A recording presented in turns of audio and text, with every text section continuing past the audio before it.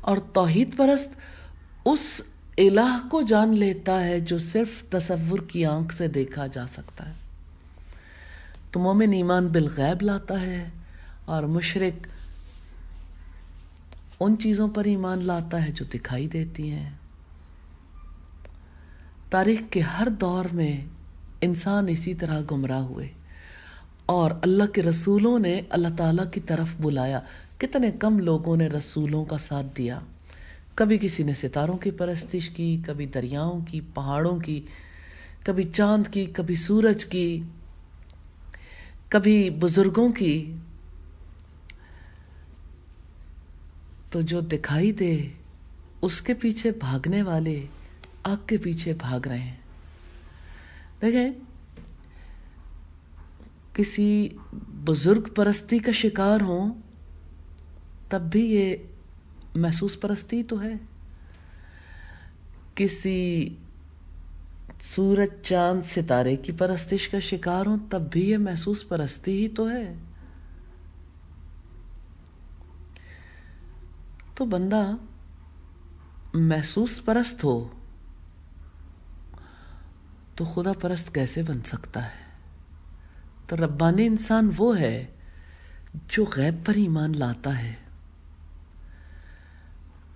جو اللہ تعالیٰ کے وعدوں پر یقین کرتا ہے، جو اللہ تعالیٰ کے آگے جھکتا ہے، اس کی عبادت کرتا ہے۔ اللہ رب العزت نے انسان کو اپنی عبادت کے لیے پیدا کیا، جیسے سورہ زاریات کی آیت نمبر 56 سے پتہ چلتا ہے۔ یہ عبادت کیا ہے؟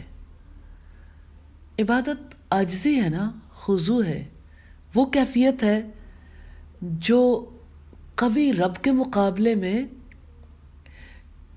انتہائی عاجز کے اندر پیدا ہونی چاہیے۔ تو سوچیں، اللہ تعالیٰ تو ساری طاقتوں کا مالک ہے، اس نے ہمیں وجود دیا، جو ملا ہے اسی کی جانب سے، جو ہمارے پاس ہے اس پر کامل اختیار اسی کا ہے۔ اس الہ پر یقین کی وجہ سے جو کیفیت انسان کے اندر ابھرتی ہے وہی تو عبادت ہے۔ عبادت کی کیفیت انسان کے دل و دماغ میں پیدا ہوتی ہے، اس کی روح کو ہلاتی ہے، اور پھر متعین صورت میں جب انسان اپنے آپ کو اپنے رب کے آگے ڈال دیتا ہے تو کبھی وہ نماز ہو جاتی ہے، تو کبھی وہی عبادت حج کی صورت میں سامنے آتی ہے، کبھی روزہ، کبھی صدقہ و خیرات کی صورت میں۔ جب انسان کا دل عبادت کے احساس سے بھر جاتا ہے تب اس کا جسم عبادت گزار بنتا ہے۔ پھر روزمرہ کی زندگی میں عبادت گزاری کی روح بھی پیدا ہوتی ہے، پھر لوگوں کے ساتھ اس کے تعلقات بھی بدل جاتے ہیں، لین دین میں، معاملات میں بھی وہ عبادت گزاری کی روش پر قائم رہتا ہے۔ تو جب کوئی اللہ تعالیٰ کا حقیقی بندہ بنتا ہے، اس کا سوچنا، اس کا بولنا، اس کا چلنا، اس کا ہر کام عبادت کے رنگ میں رنگا جاتا ہے۔ عبادت کی حالت میں، وہ مسجد میں ہو یا گھر میں، رکوع، سجدہ، اظہار ہے نا تواضع کا، اعتراف ہے۔ ایک طرف وہ عبادت گزار ہے، دوسری طرف وہ ذمہ دار ہے۔ یہ نماز کیا ہے؟ 5 وقت فرض ہے، باجماعت کی ادائیگی مردوں پر فرض ہے۔ سب سے پہلے وضو کرتے ہیں، چہرہ، ہاتھ، پاؤں پانی سے دھو کر، احساس بھی تر و تازہ رہتا ہے، اور طہارت کا معاہدہ ایک دفعہ پھر رینیو ہوتا ہے کہ ہمیشہ پاک زندگی گزاروں گا۔ پھر نماز کے لیے اللہ اکبر کہہ کر نماز میں جب کوئی داخل ہوتا ہے تو اقرار کرتا ہے بڑائی تو اللہ کے لیے ہے، سب سے بڑا وہی ہے، اور میرے لیے صحیح رویہ یہ ہے کہ میں چھوٹا بن کے رہوں۔ نماز میں قرآن کی تلاوت بھی کرتے ہیں، رکوع اور سجدے بھی، اور انسان اس بات کا اظہار کرتا ہے میرے لیے یہی درست ہے کہ میں حکم کا پیروکار بن کے رہوں۔ نماز کا عمل ختم ہوتا ہے نا تو نمازی دائیں اور بائیں منہ پھیرتا ہے، السلام علیکم ورحمۃ اللہ، اعلان ہے کہ اب اس عبادت کے توسط سے تربیت پائی ہے اور اب انسانوں کی دنیا میں داخل ہو رہے ہیں۔ رحمت اور امن کے سوا کوئی دوسرا جذبہ نہیں ہے۔ اب امن پسند بن کے رہیں گے، کسی کے ساتھ برا سلوک نہیں کریں گے۔ نماز اللہ تعالیٰ کی عبادت بھی ہے، اس کی بڑائی کا اعتراف ہے، اس کے آگے جھکنا ہے۔ نماز انسان کو تیار کرتی ہے کہ وہ سچا بن کے رہے، تواضع اور ہمدردی اختیار کرے، اپنا تعلق اپنے رب سے بھی درست رکھے اور انسانوں کے ساتھ بھی۔ اسی طرح ہم دیکھتے ہیں کہ روزہ سالانہ عبادت ہے۔ سحر سے لے کے سورج ڈوبنے تک کھانے پینے سے رک جانا روزہ ہے۔ 1 مہینے تک کے روزے فرض ہیں رمضان کے۔ اپنے آپ کو روزے میں زیادہ ذکر اور عبادت میں مشغول رکھا جاتا ہے، جانتے ہیں کیوں؟ تاکہ بندہ مادیت پرست نہ رہے، روحانیت کو ترقی دے، روحانی زندگی گزارنے کے قابل ہو جائے۔ اب دیکھیے تو صحیح، روزہ شکر گزاری کا جذبہ ابھارتا ہے۔ کھانے پینے سے محرومی اور پھر جب بھوک اور پیاس کا تجربہ ہو جاتا ہے تب پتہ چلتا ہے کھانا اور پینا کتنا زیادہ ضروری ہے، کھانا اور پانی کتنی قیمتی چیزیں ہیں۔ یہ تجربہ شکر کے احساس کو بڑھاتا ہے۔ یہ روزہ اخلاقی ڈسپلن بھی پیدا کرتا ہے، روک لگاتا ہے نا۔ پابند زندگی گزارنی ہے، بے قید زندگی نہیں گزارنی۔ روزہ ایک سپیڈ بریکر ہے،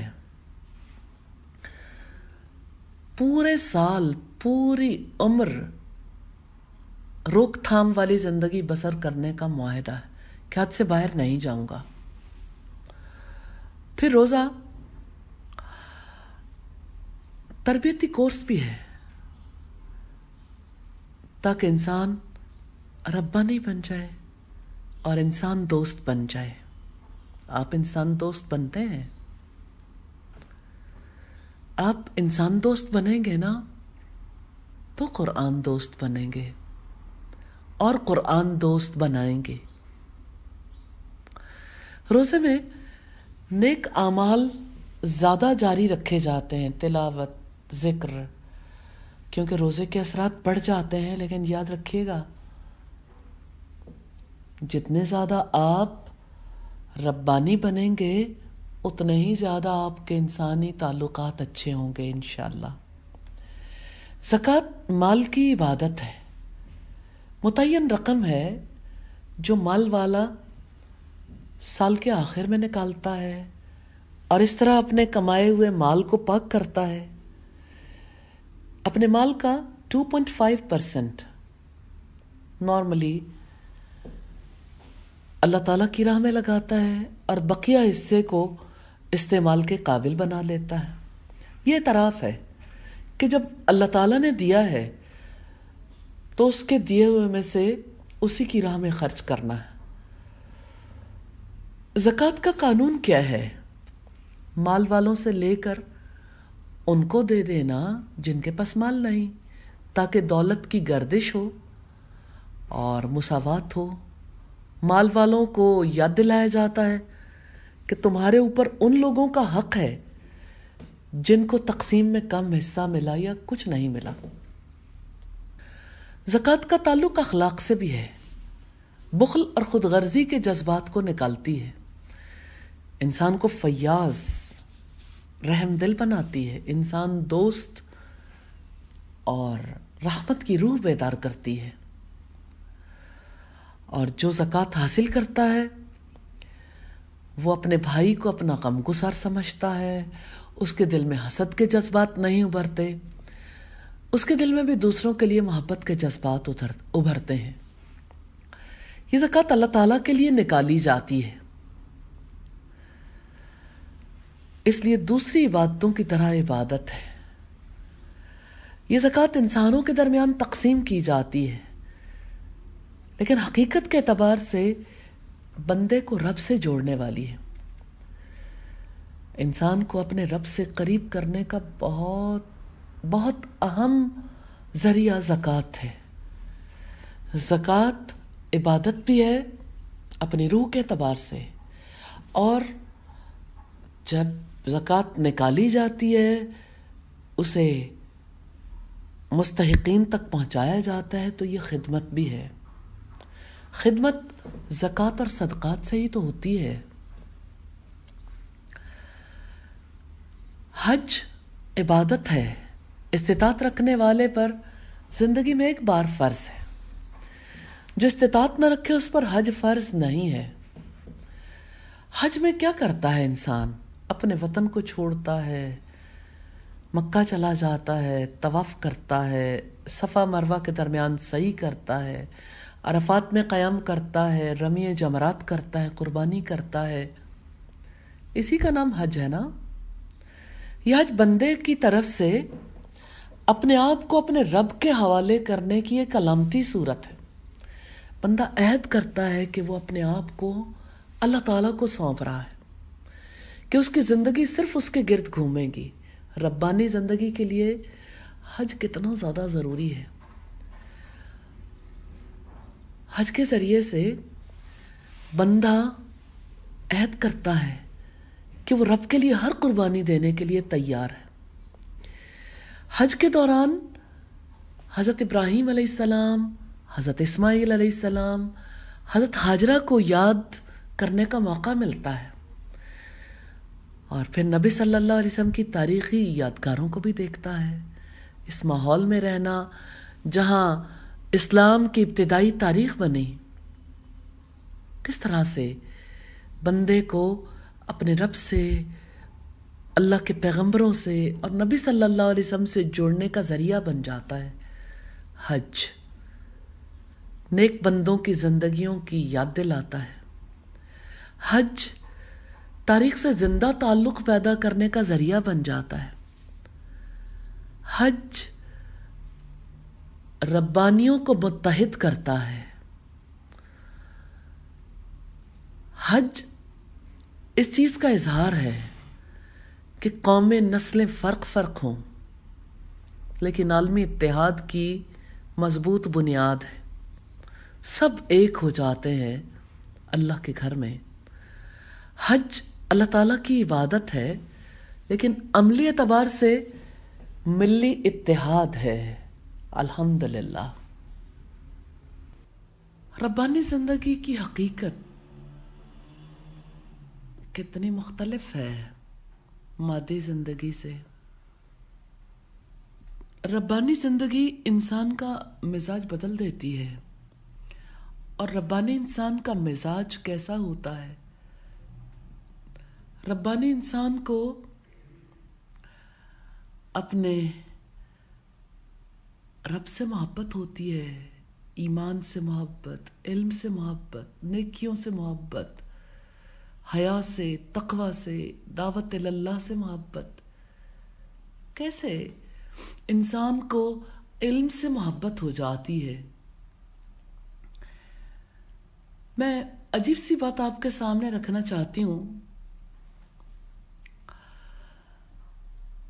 جیفرسن امریکہ کا تیسرا صدر تھا۔ بہت سی زبانیں اس نے سیکھ رکھی تھیں، بہت زیادہ پڑھا لکھا آدمی تھا۔ اس نے اپنی زندگی میں فلسفہ، سائنس، مذہب سب کا بڑے گہرائی سے مطالعہ کیا۔ آخر میں اس نے انجیل کا تجزیہ کرنے کی بھی کوشش کی۔ آخری عمر میں اس نے وصیت کی تھی کہ اس کے مرنے کے بعد اس کی قبر پر جو کتبہ لگایا جائے گا اس میں یہ نہ لکھا جائے کہ وہ امریکہ کا صدر تھا، بلکہ یہ لکھا جائے کہ وہ ورجینیا یونیورسٹی کا بانی تھا۔ اس کی قبر پر جو کتبہ لگا ہوا ہے اس پر یہ الفاظ درج ہیں: Here was buried Thomas Jefferson, father of the University of Virginia.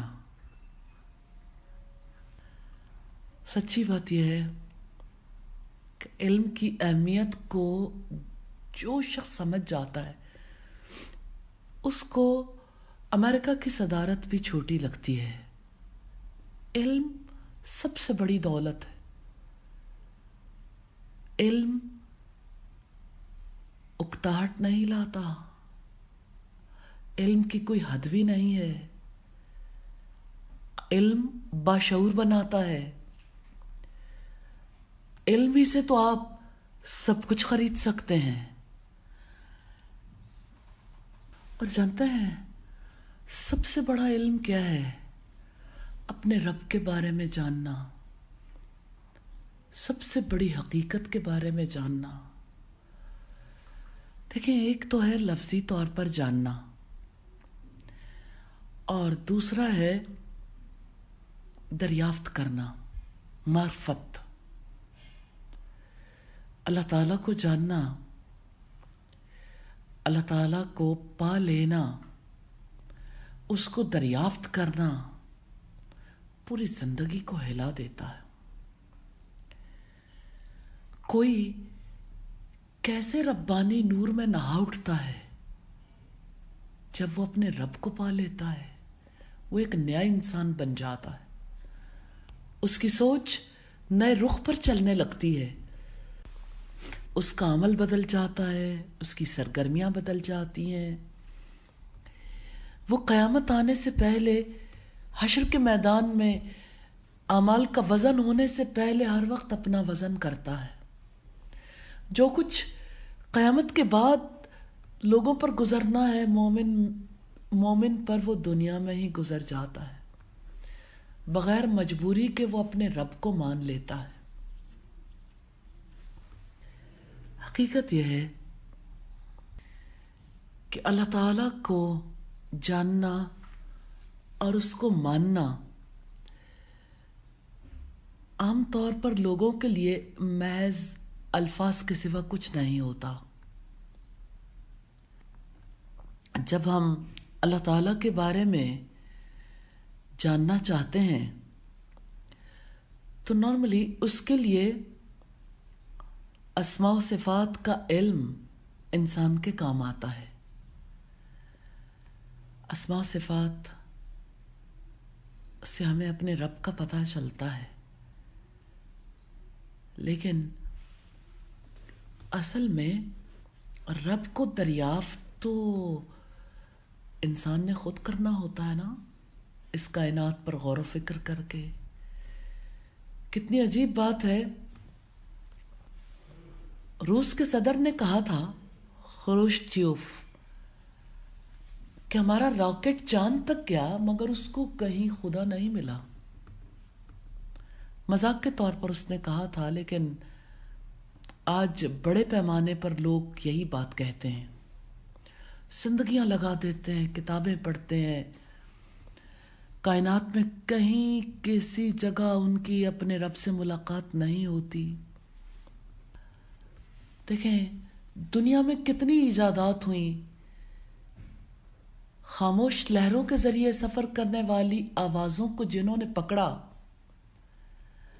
ان کے کان رب کی آواز سے آشنا نہیں ہوئے۔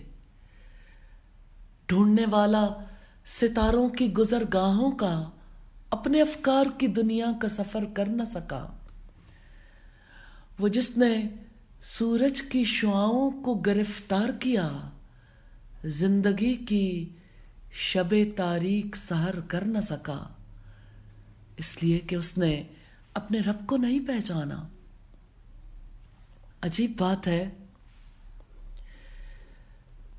کہ دنیا میں جو لوگ رب کی ذات سے آشنا نہیں ہیں،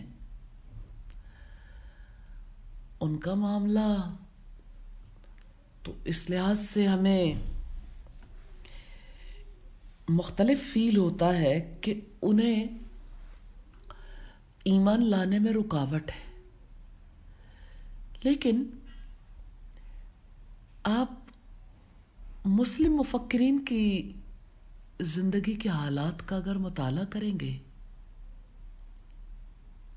تو آپ کو حیرت ہوگی. اللہ تعالیٰ سے ملاقات کا، اللہ تعالیٰ کی معرفت کا ذکر کہیں نہیں ملے گا. ایک سائنسدان نے کہا تھا، فطرت کا مطالعہ میرا مذہب ہے. جس دن میں فطرت کی کوئی نئی چیز دریافت نہیں کرتا، میں سمجھتا ہوں کہ وہ دن میں نے ضائع کر دیا. عجیب بات ہے نا؟ یہ اس انسان کا حال ہے جو مخلوقات میں جیتا ہے. پھر آپ دیکھیے اس انسان کا حال اس سے مختلف کیسے ہو سکتا ہے جو خالق میں جیتا ہو. سائنسدان ہر روز مخلوقات میں کوئی نئی چیزیں دریافت کرتے ہیں، تو مومن کو ہر روز خالق کی نسبت سے کوئی ایسی چیز پانی چاہیے جو اس کے ایمان میں اضافہ کرنے والی ہو. تو جس دن مومن نے اپنے رب کے بارے میں کوئی ایسی چیز نہیں پائی، اس نے اپنے دن کو ضائع کر دیا، کیونکہ اس دن اس کا اپنے رب سے رابطہ قائم نہیں ہوا. دیکھیے، ایک رابطے کا ذریعہ نماز ہے، اذکار ہیں، دعا ہے، لیکن ایمان ایک مسلسل دریافت کا نام ہے، اس کی کوئی حد نہیں. جو ایمان اضافہ پذیر نہیں ہوتا وہ غفلت کی ایک قسم ہے، حقیقی معنوں میں اسے ایمان نہیں کہا جا سکتا. ربانی انسان کا ذہن، اس کا مزاج کیسا ہونا چاہیے؟ وہ اللہ تعالیٰ کی طرف متوجہ ہو، اس کا دل اپنے رب میں لگے، اس کو اپنے رب کی تجلیات کا ادراک ہو، وہ بار بار اپنے رب کی جھلک پاتا رہے. جس طرح رب کے کمالات ختم نہیں ہوتے، مومن کا بھی معرفت کا سفر کبھی ختم نہیں ہوتا. یاد رکھیے گا، اپنے رب کے بارے میں غور و فکر کر کے اسے پہچاننا یہ معرفت ہے. یہی معرفت ربانی کیفیات کی صورت میں امڈ آتی ہے، جس سے وہ اس سے پہلے کبھی آشنا نہیں ہوا تھا. کبھی دعائیہ الفاظ کے روپ میں بے اختیار اس کی زبان پر آ جاتی ہے جو اس سے پہلے اس نے کبھی نہیں سوچا تھا. کبھی وہ اللہ کی حکمت کے رازوں میں سے کوئی راز پا لیتا ہے جو اس سے پہلے اس پر کبھی نہیں کھلا تھا. کبھی وہ رب کی قربت کا تجربہ کرتا ہے جو اس سے پہلے کبھی اس کے علم میں نہیں آیا تھا. کبھی اس پر نئے نئے معانی کا القاء ہوتا ہے جس کے اظہار کے لیے اس کے الفاظ عاجز آ جاتے ہیں. ہاں، ربانی انسان اپنے ایمان میں اضافے کے لیے ہر وقت کوشاں رہتا ہے. اسی وجہ سے ربانی رب پرست بنتا ہے، کیونکہ وہ رب کو اپنا سب کچھ بنا لیتا ہے. اس کی سوچ کا رخ اللہ تعالیٰ کی طرف رہتا ہے. وہ اللہ کی یادوں کے ساتھ جیتا ہے، اللہ کی یادوں کے ساتھ ہی دنیا سے چلا جاتا ہے. اس کی زندگی اللہ اورینٹڈ ہو جاتی ہے. وہ اپنی ہستی کے تمام تقاضوں کے لیے رب کو اپنا مطلوب بنا لیتا ہے، تب وہ ربانی انسان بنتا ہے. اگر کسی کے اندر رب کی معرفت نہیں ہوتی تو اس کی حیثیت بھی اس خالی برتن کی طرح ہوتی ہے جو زیادہ آواز دیتا ہے. بھرے ہوئے برتن کی آواز کم ہو جاتی ہے، خالی انسان ہمیشہ زیادہ بولتا ہے. خاموشی یہ بتاتی ہے کہ بندہ گہرا ہے. خاموشی علامت ہے. خاموش آدمی بولنے سے پہلے سوچتا ہے، کرنے سے پہلے کرنے کو تولتا ہے. آپ جہان میں دیکھیے، فرشتے خاموش زبان میں بولتے ہیں، اور فرشتوں کا ہم نشیں بھی کم بولتا ہے. ربانی انسان اپنے رب کو پہچانتا ہے. وہ جانتا ہے اللہ تعالیٰ سب سے بڑا ہے، اور اس کے مقابلے میں میں عاجز اور لاچار ہوں، محتاج ہوں. تو اللہ کی بڑائی کے احساس کے ساتھ ربانی انسان کے اندر تواضع آتی ہے. باتوں میں مٹھاس، عمل میں نرمی. کوئی اس سے شر کا تجربہ نہیں کرتا. ہر ایک کو حق ادا کرتا ہے، حسد سے خالی ہوتا ہے. عیب دیکھے تو چھپا لے، قصور معاف کر دے. دوسروں کے کام آ کر خوش ہو جائے. تنقید سے بے نیاز ہو کر کام میں مشغول ہو جاتا ہے. ہمدرد، خیرخواہ، ربانی انسان. یاد رکھیے گا، ربانی انسان کی محبت، سب سے پہلی محبت اللہ تعالیٰ کی ذات کے ساتھ، اس پر ایمان سے محبت، علم سے محبت، نیکیوں سے محبت ہوتی. نیکی کی رغبت کسی انسان کے دل کے اندر کیسے پروان چڑھتی ہے؟ اپنے رب کے قرب کے احساس کی وجہ سے، اس کی ضرورت کی وجہ سے. پھر رب والا انسان حیا والی زندگی گزارتا ہے، تقوی والی زندگی. حقیقت یہ ہے، کامیابی ربانی انسان کے لیے ہے. ہم نے اس سے پہلے بھی دیکھا، ربانی انسان کا اپنے رب سے تعلق ایمان کا تعلق ہے، رب کے اقرار کا تعلق ہے، اللہ کی رضا کے لیے زندگی گزارنے کا تعلق ہے. بس آپ یوں سمجھ لیں، ربانی انسان کا مزاج ہی رب کی رضا پر استوار ہوتا ہے. اسی لیے تو وہ رب کے فیصلوں اور تقدیر پر راضی رہتا ہے، کیونکہ اسے رب پر یقین اور اعتماد ہوتا ہے. وہ رب سے امید باندھتا ہے اور رب کے سامنے جواب دہی کا یقین رکھتا ہے. تو جو اس کے اندر تبدیلیاں آتی ہیں، کثرت سے قرآن کی تلاوت کرتا ہے، ذکر الہی کرتا ہے، دعائیں کرتا ہے، توبہ استغفار کرتا ہے، فرائض کو اچھے طریقے سے ادا کرتا ہے، نوافل کی پابندی کرتا ہے، اس کے روزے، زکوٰۃ، صدقات، حج، عمرہ، احکامات کی پابندی، فرما برداری کی زندگی. سبحان اللہ. یہ ربانی انسان کا رب کے ساتھ تعلق ہے. دیکھنا یہ ہے کہ اپنے آپ کو ان میں سے ایک ایک چیز کے لیے کیسے تیار کرنا. علم کی ضرورت ہے، عمل کی ضرورت ہے، اور دونوں کے لیے ایمان کی ضرورت ہے. اور اس کے لیے دعوت اللہ ہیلپ فل ہے. الحمدللہ. تو بات یہ ہے کہ رب والا بننا ہے نا، تو پھر رب کے لیے اٹھنا ہے.